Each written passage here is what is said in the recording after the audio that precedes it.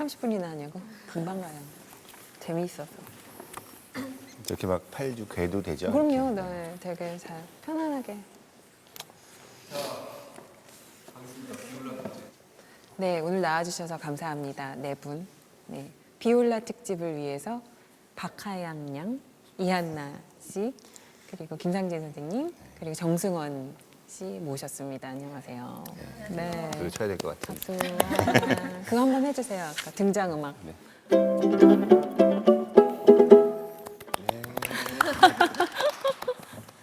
오늘 그래서 참 세 분이 김상진 선생님에게 다 배운 이력이 있는 인연이죠, 지금. 네, 언제.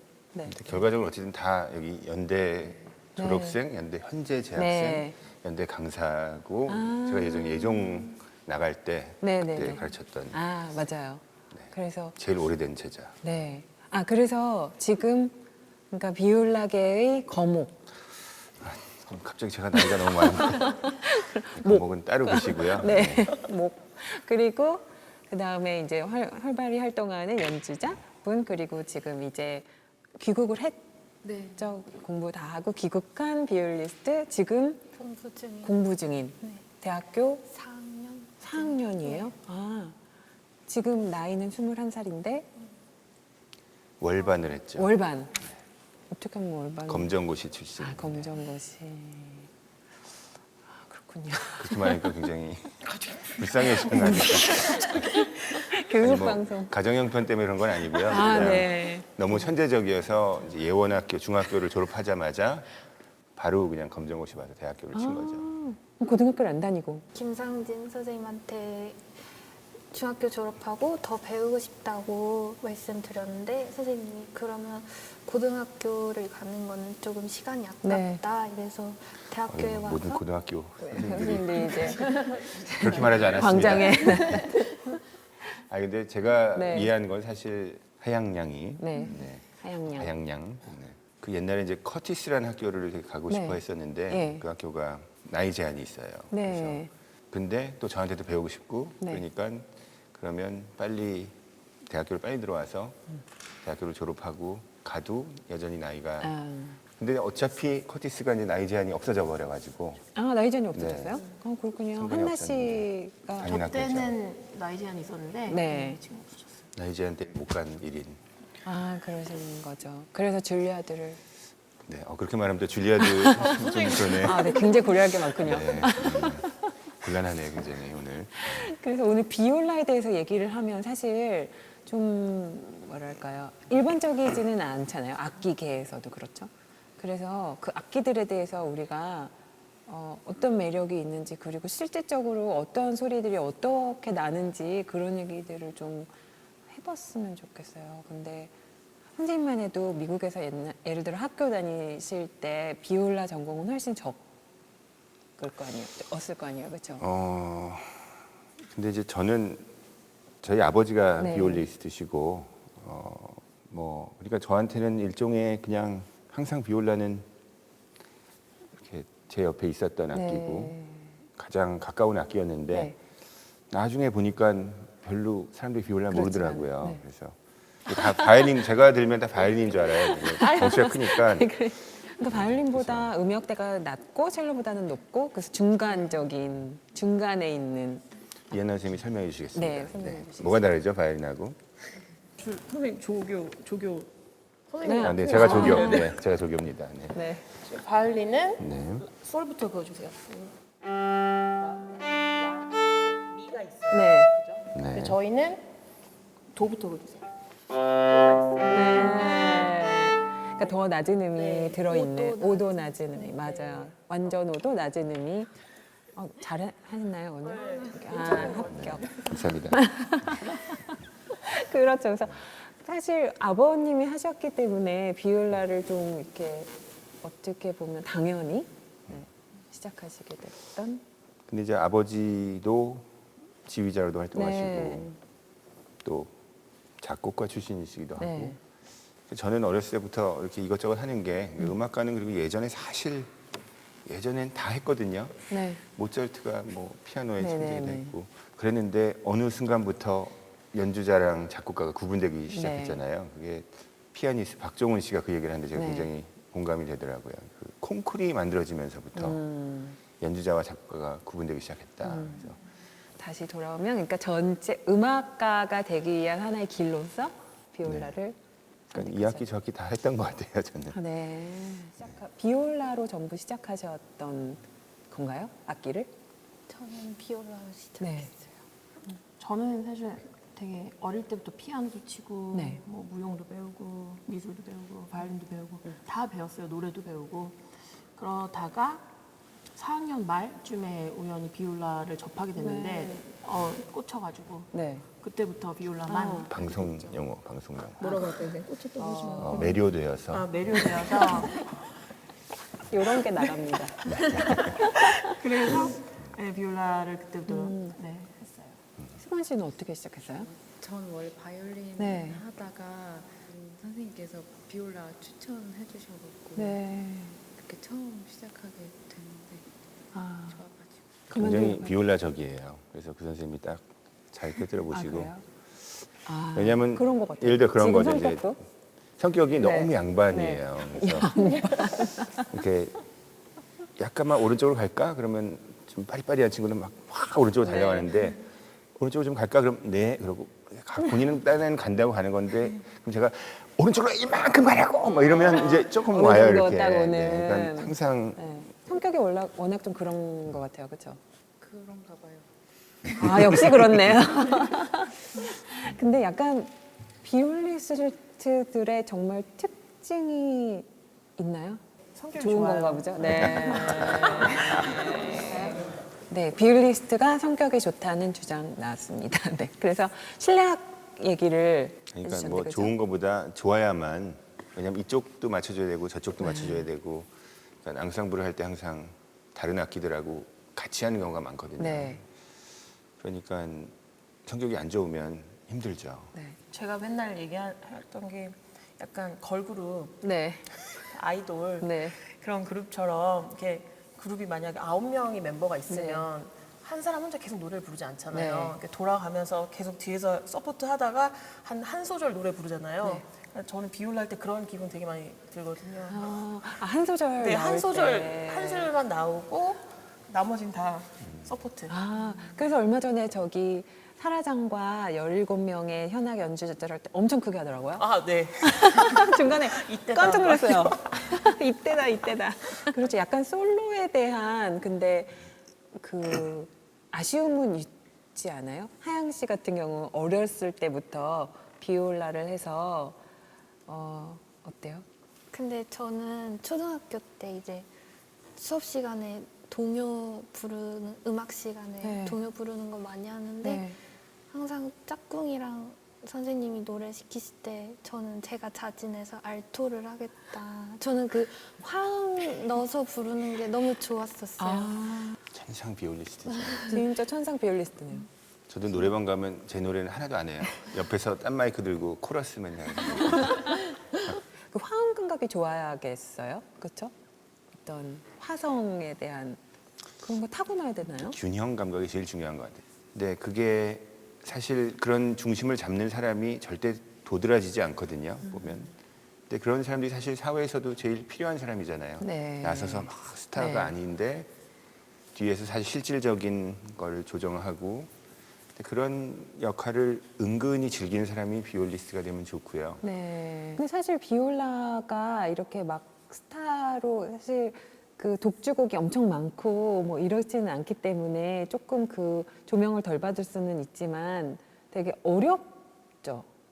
어렵지 않나요? 테크닉적으로 한나 씨 어때요? 그러니까 저희가 그냥 생각하기로는 바이올린보다 또 크고 활도 크고 그렇기 때문에 같은 뭐 음정을 도약하더라도 더 움직여야 되는 거 아니에요?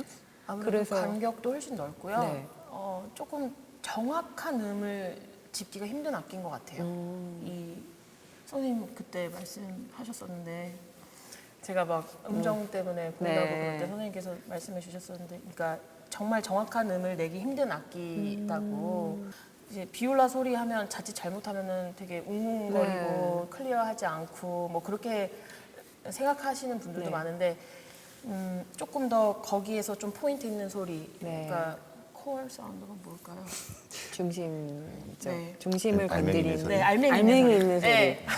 순우리말 네, 알맹이. 알맹이. 알맹이 있는 소리를 내고 찾고 뭐 그런 작업이 저는 되게 어려운 것 같아요. 네. 이 여러 개의 악기가 사실 만들어지고 없어지고 했는데 지금 현재 살아남은 현악기가 바이올린, 비올라, 첼로, 더블 베이스 이렇게 네 개만 살아남았죠. 네. 그 외에 여러 가지 악기가 있었는데 네. 그건 사실 굉장한 거죠. 그러니까 비올라가 자기 영역을 확실하게 딱 가졌기 때문에 가능한 거고, 근데 그 자기 영역이라는 게 어떻게 보면 이 비율이 안 맞는 데서 오는 독특한 사운드가 생겨난 거죠. 그러니까 어떤 소리에 매력을 느끼시는지 연주자들은. 일단 비올라가 중저음 악기라고 많이 하잖아요. 네. 근데 그냥 저는 거기서 그 멜랑콜릭하다고 그래야 되나? 그 소리가 비올라한테 있는 것 같아요. 그리고 좀 중저음 그런 악기지만 되게 다양하게 표현하려면 표현할 네. 수 있는 악기라고. 이 얘기는 그때 이제 그 요즘 많이 또 나오는 정재형 씨, 네. 또 원래 작곡가잖아요. 네. 그래서 저를 위해서 비올라 곡을 하나 썼어요. 네. 네, 협주곡인가요? 그렇죠. 뭐 스트링 오케스트라와 피아노로 네. 반주하고 소규모 제가, 네. 오케스트라하고. 네. 근데 그 분도 같은 얘기를 하시더라고요. 네. 저음에 저 혼자 할 때는 저음 쪽에서 주로 시작하다가 나중에 오케스트라랑 다 같이 할 때는 굉장히 높은 데서 하는데 제가 형 왜 이렇게 어렵게 썼어요? 너무 높아요. 네. 그랬더니 그 높은데 그 음역이 바이올린으로 내게 되면 긴장감이 훨씬 더, 그러니까 되게 자연스럽게 쉽게 나는 원래 음역인데 나는 소리. 네. 비올라는 훨씬 더 텐션이 있다는 거죠. 네. 긴장감이 더 있기 때문에 그 소리가 좋다는 거예요. 네. 그래서 저는 생각보다 사람들이 비올라의 화려함을 잘 모를 수 네. 있다고 생각하는데 사실 그 지금 말씀하신 것처럼 높은 음이 굉장히 저는 화려하다고 생각해요. 그 텐션 때문에. 네. 저는 이한나 씨와 함께 이제 제자지만 지금 가장 활발하게 활동하는 네. 또 연주자이기 때문에 저도 굉장히 많이 배우고 네. 자극이 돼요. 이렇게 예전에는 막 귀국했을 때 이제 별 연주 없고 이럴 때는 제가 이렇게 하다가 연주를- 바빠서 못하는 연주 하나 좀 해라, 네. 해라 그러고 줬는데 네. 요즘은 이제 저보다 훨씬 연주를 많이 하고 그러니까 뭐 못하는 거 없어 나 좀 줘. 뭐 이러면서 제가 오히려 부탁을 하죠. 아, 그런가요? 진실은? 아닙니다. 아니, 선생님 요즘 이걸 자꾸 밀고 나가시는데 요즘 컨셉이에요. 아, 그래요? 네, 근데 전혀 선생님 너무 바쁘시고 연주를 안 주겠다는 얘기구나. 절대 될 수 없다는 뜻인 거. 아닙니다. 그냥 생각하기에는 실내악을 할 때 좀 되게 심심할 것 같아요. 너무 바빠요. 아, 그래요? 어떤? 근데 이제 그게 넷이 다 그러니까 뭐 예를 들어 현악 사중주를 한다 네네네. 그러면 네 명이 다 바쁜데 역할이 다른 거죠. 그래서 근데 아무래도 더 두드러지는 건 제1 바이올린이 제일 두드러지겠고요. 네. 근데 모차르트도 가장 모차르트 전기를 쓴 사람이 네. 이제 그 사람의 모차르트의 모든 자료를 모아봤을 때 모차르트가 가장 사랑했던 악기가 비올라였다라고 네. 단언을 했는데 그래서 실내악 할 때 항상 모차르트는 비올라를 본인이 하고 싶어 했고 이제 예전에 누가 그린 가장 완벽한 현악 사중주 그림이 있어요. 네. 지금 이렇게 인터넷 찾아보면 나오는데 하이든이 펄스 바이올린하고 반할이 세컨드 바이올린하고 모차르트가 비올라하고 그다음에 디터스로프가 첼로하고 네. 그게 이제 가장 그 당시 다 유명한 작곡가들이었는데 네, 잘하는 악기들. 네, 네. 그 가장 잘하는 악기들 이렇게 해서 하는 건데 저는 제일 좋아하는 비올라에 대한 비유가 그 네. 현악 사중주를 와인에 빗댄 비유가 네. 있어요. 제가 자꾸 술 얘기하면 제 마치 와이프가 술- 싫어하는데 네. 악기 네 대를 다 제 와인. 1바이올린은 그 레이블이에요. 네. 뭐 무슨 샤또 라피트 뭐 이러면 사람들이 다 그걸 보고 네. 좋은 거겠구나 이런 생각을 가지고 사는 거고 그 첼로는 그 와인을 담고 있는 병. 네. 그러니까 첼로가 밑에 딱 이렇게 받쳐줘야지 되는 거니까. 그다음에 세컨드 바이올린은 와인을 숨쉬게 하는 코르크. 네. 네, 코르크가 사실 별거 아닌 것 같아도 굉장히 와인이 숙성되는데 중요한 역할을 네. 하죠. 그리고 그 안에 들어있는 와인이 비올라다. 근데 이제 그게 좋은 거일 수도 있고 나쁜 거일 수도 있는 게 혹시 뭐냐면 선생님이 만들어 아니에요. 아닌 걸로. 아니 근데 네. 이게 좋은 거일 수도 있고 나쁜 거일 수도 있는데 네.